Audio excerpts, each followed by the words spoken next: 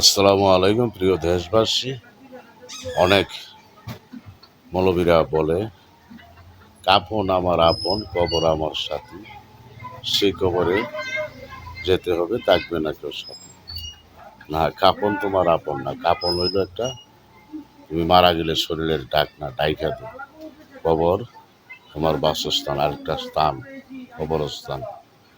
তো কবর, কাফন আপন না, কবর সাথী না।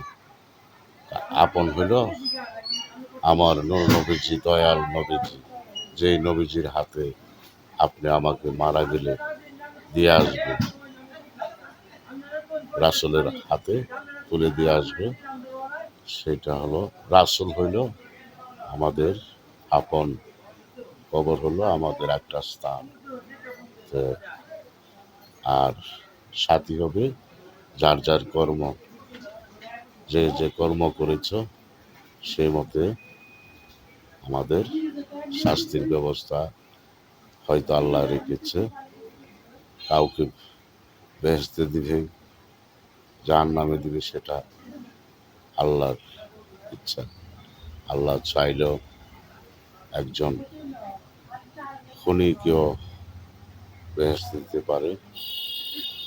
আল্লাহর অলি বানিয়েছিল একজন খনিকে, নিজামুদ্দিন আউলিয়া, যিনি নিজাম খনি নাম ছিল। তো নিজাম খনি তো একটা খুন করে আউলিয়া হয়েছিল।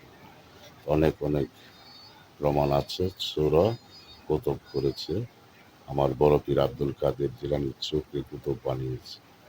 তো আল্লাহর অলিগণের কেরামত যারা পেয়েছে বা চেষ্টা করে পাইতে, আল্লাহর অলিগণের তরিকা মতে চললে, নামাজ রোজা হজ জাকাত সব করো, আল্লাহর অলিগণ নিষেধ দেয় না। তো তাদের নিয়ম কারণ মাইনা চললে আল্লাহ হয়তো মাফ করতে পারে। আল্লাহর অলিগণ এই দেশ ইসলাম প্রচার করেছে।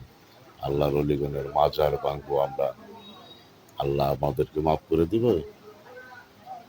কঠিন কালেও মাফ করবে না। আল্লাহর অলিগণের মাজারে আঘাত করলে, আল্লাহর অলিগণের বিরুদ্ধে কথা বললে, বলি যে নবীজি আমাদের মতো মানুষ, নবীজি আপনি আমার মতো মানুষ, যারা বলি তারা কি আল্লাহ মাফ করবে না? তাদেরকে আল্লাহ মাফ করবেন। আল্লাহর অলিগণকে অপমান করে, নবীজিকে ছোট করে কথা বলে, তাদেরকে আল্লাহ কখনো মাফ করবে না। আসসালামু আলাইকুম।